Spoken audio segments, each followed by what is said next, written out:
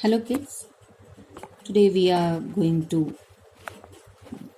start our new chapter number 3, The Two Little Kitten of Standard 6th.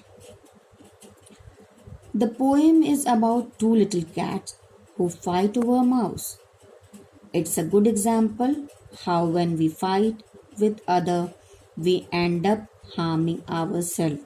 In this poem, you will find out that two little kids are fighting and at the end they get nothing. So we start here. Two little kitten means बिल्ली के जो छोटे छोटे बच्चे होते हैं, that is known as kitten. One stormy night began to quarrel and then to fight. Means two little kittens at a stormy night, they quarrel means the verbal conversation, verbal fight. And then to fight means they started harming each other. After that, after quarrel means the verbal conversation, verbal fight, they start harming each other. One had a mouse and other had none. एक के पास क्या था, mouse था, और दूसरे के पास कुछ भी नहीं था. तो फाइट किस वजह से हो रही थी, माउस की वजह से ही हो रही थी. And that was the way the quarrel began. और इसी वजह से इनका झगड़ा जो है वो शुरू हुआ.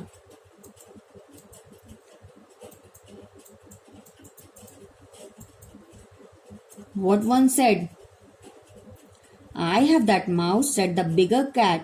You have that mouse, we will see about that.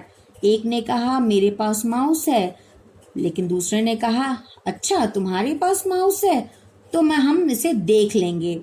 I will have that mouse, said the tortoise shell. एक ने जो दूसरे ने क्या कहा कि मैं उस माउस को लूंगा. And spitting and scratching on her sister she fell.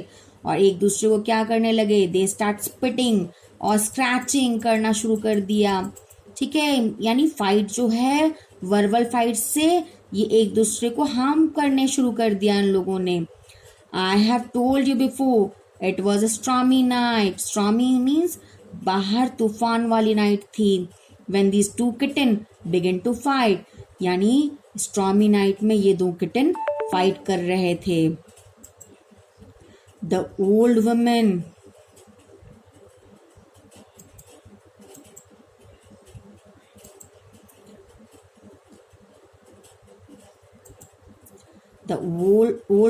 took the sweeping broom and swept them both right out of the room.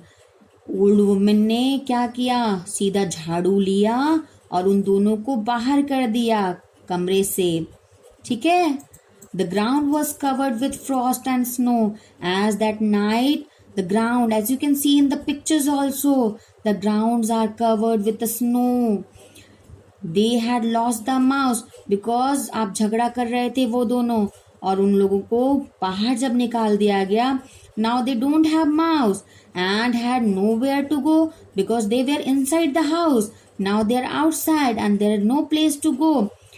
So they lay and shivered. ठंड से कांप रहे थे. Shivered means कांपना.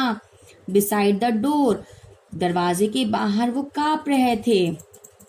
Till the old woman finished the sweeping the floor. जब जो old woman थी वो sweeping कर रही थी फ्लोर को, जब तक उनका फ्लोर स्वीपिंग खत्म नहीं हुआ तब तक ये दोनों कहाँ थे, बाहर थे. एंड देन दे क्रेप्ट इन, और उसके बाद ये अंदर भाग के आए.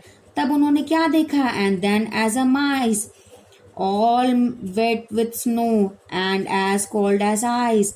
और जैसे चूहे की तरह ये भाग के अंदर आए और उन्होंने देखा कि पूरा गीला था. क्यों गीले थे वो, क्योंकि स्नो में थे वो. और ठंडे क्यों थे, क्योंकि आइस बाहर था, इसलिए वो ठंडे हो चुके थे. They found it much better that stormy night to lie by the fire. उस समय उनको समझ में आया कि it is better it is better that at the stormy night it is not good to fight with each other and to lie by the fire. यहाँ fire के पास उन लोगों को रहना ज़्यादा ज़रूरी हो गया क्योंकि वो ठंडे थे। तो उनको लगा कि फाइट करने से बेहतर था कि हम फायर के पास रहते then to quarrel and fight. तो ये बाद में समझ में आया कि फाइट करना, क्वेरल करना ये बिल्कुल गलत है और सीधा हमें क्या करना चाहिए, क्योंकि ठंड थी बाहर तो हमें फायर के पास ही रहना चाहिए। ना ही उन्हें माउस मिला, ना ही उन्हें घर के अंदर गरम फायर मिला था, लेकिन बाद में वो घर के अंदर आ गए। So this is poem by Jane Taylor.